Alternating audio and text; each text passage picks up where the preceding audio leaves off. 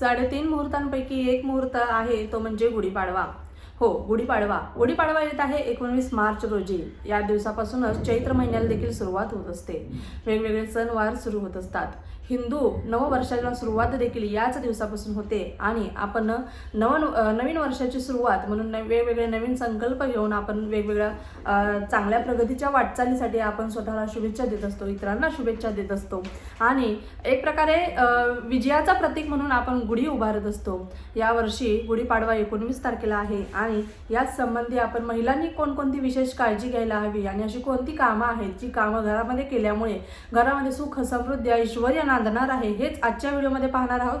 त्यामुळे video skip न करता शेवटपर्यंत पाहायचा आहे.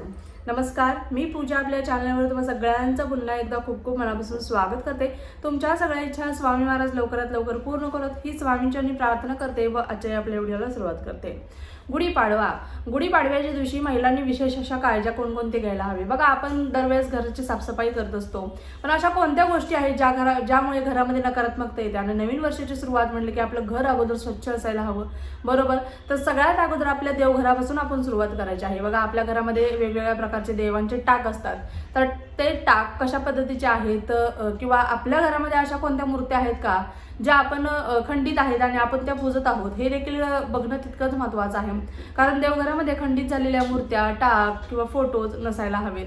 त्याच पद्धतीने जे फोटोज आपण घरामध्ये ठेवतो त्याच्या आतलं पान बघा, कधी कधी पूर्ण म्हणजे जे देवाचा चेहरा आहे पूर्णपणे गेलेला असतो किंवा त्याचे हातपाय दिसत नसतात किंवा कधी डोळे दिसत नसतात. कुंकू वगैरे इतकं आपण लावतो की अक्षरशः डोळे सुद्धा दिसत नाहीत. तर अशा खंडित झालेल्या किंवा अशा पद्धतीचे फोटो फ्रेम्स खराब झालेल्या आपण अजिबात आपल्या देवघरामध्ये ठेवायचं नाही. भरपूर लोक गुढीपाडव्याच्या निमित्ताने आपल्या देवांना आपल्या देवघरामध्ये जो आपण कपडा देवघरामध्ये अंतरतो तो नवीन घेतात आणि बघा 10-20 रुपये खर्च करायला काहीच अवघड नाहीये. तुम्ही आवर्जून आपल्या देवघरासाठी एक नवीन वस्त्र आणायचं आहे.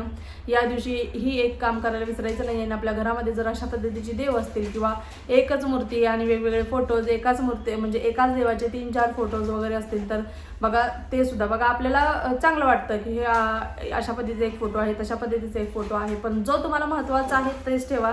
जास्त देव आपल्या घरामध्ये किंवा मंदिरामध्ये ठेवायचे नसतात. त्याच पद्धतीने दुसरं म्हणजे आपलं किचनमध्ये जे चिरलेल्या फुटलेल्या वस्तू आहेत ज्या तुम्ही यूज करत नाहीत अशा वस्तू तुम्ही घरामध्ये नका ठेवू. आपल्या महिलांचा सगळ्यात जवळचा भाग म्हणजे किचन आहे. किचनमध्ये आपला जीव अडकलेला असतो, पण काय उपयोग सांगा बरं.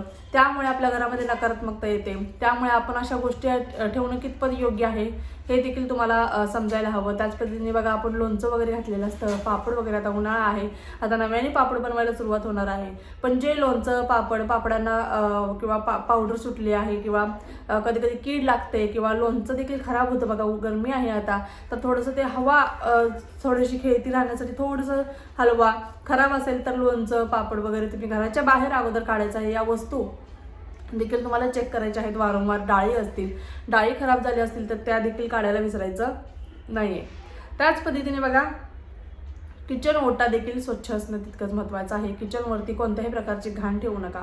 रात्री झोपताना कधीही खरकटं ठेवून झोपू नका, कारण रात्रीची लक्ष्मी माता आपल्या किचनमध्ये नांदत असते. त्यामुळे कधीही भांडी खरकटी ठेवून किंवा खरकटं ठेवून झोपायचं नाही.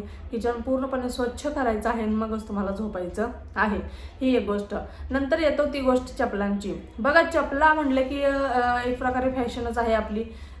एकाच माणसाच्या 4-5 जोडी असतात आणि आपण एखादीच जोड वापरतो, बाकीच्या अशाच पडून असतात. पण असू दे, चांगली आहे, कधीतरी वापरायला म्हणून आपण ते ठेवून देतो.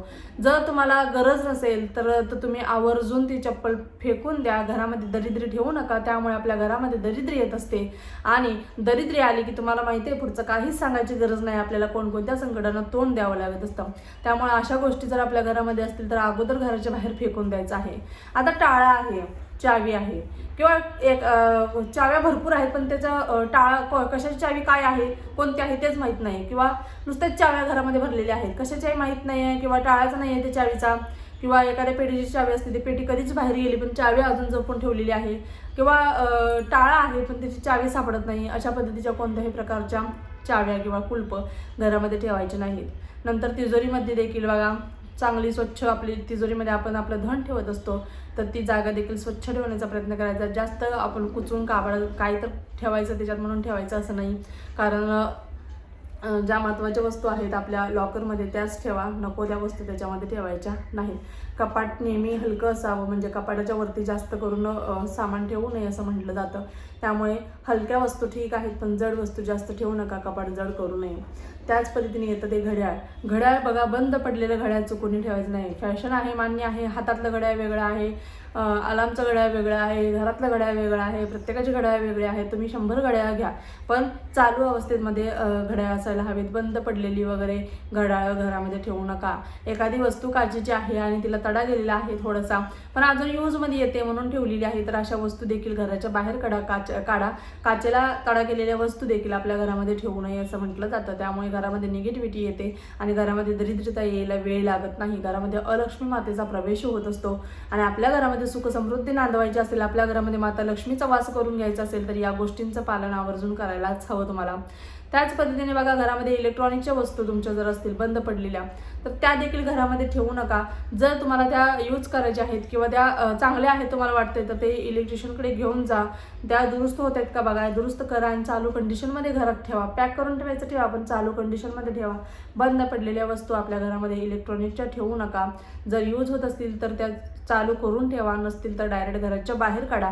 अशा पद्धतीने तुम्हाला या वस्तू आपल्या घरामध्ये कोणकोणत्या आहेत उपयोगाच्या तेवढ्याच ठेवायच्या आहेत.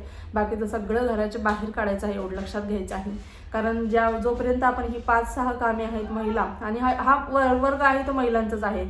महिलांनाच पुढाकार घेऊन घराकडे बघावं लागतं, घरातल्या सगळ्या वस्तू बघाव्या लागतात. त्यामुळे या गोष्टींची काळजी घ्यायची आहे आणि तुम्हाला या सगळ्या वस्तू ज्या उपयोगाच्या नाही आहेत किंवा खराब झालेल्या आहेत अशा वस्तू आपल्या घराच्या बाहेर काढायचा आहेत.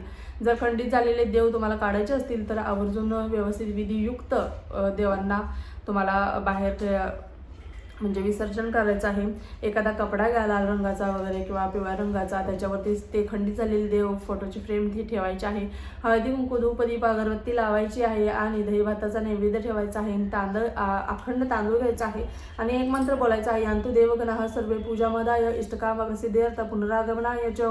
हा मंत्र 3 वेळा बोलायचा आहे आणि तुम्हाला नंतर व्यवस्थित तशीच पोटली बांधायची आहे आणि जिथे पाण्याचा प्रवाह सुरू असतो तिथे तुम्हाला विसर्जन करून यायचं आहे. कुठेही नेऊन अडगळीत किंवा कोणत्याही झाडाखाली नेऊन देव टाकायचे नाहीत. म्हणून म्हणते, आपल्या देवघरामध्ये एवढेच देव ठेवा जेवढे आपल्याकडून देखील सेवा होणं महत्त्वाचं आहे, आपल्याकडून देखील त्या देवांची काळजी घेणं महत्त्वाचं आहे. नुसतं जाणून भरलेलं आहे, आवडतंय म्हणून भरलेलं आहे असं करू नका. त्यामुळे अशा पद्धतीची या चुका टाळायच्या आहेत आणि आपल्या घरामध्ये सुख समृद्धी ऐश्वर्य कशा पद्धतीने नांदेल, लक्ष्मी आपल्या घरामध्ये कशी नांदेल हेच पाहायचं आहे. व्हिडिओ आवडला असल्यास व्हिडिओला लाईक करा, शेअर करा, सबस्क्राईब करा आणि तुमचे काही प्रश्न असतील तर नक्कीच कमेंट बॉक्समध्ये सांगत जा, विचारत जा. आपल्या चॅनलवर प्रत्येकाच्या शंकेचे निरसन नक्कीच केले जाते. श्री स्वामी समर्थ.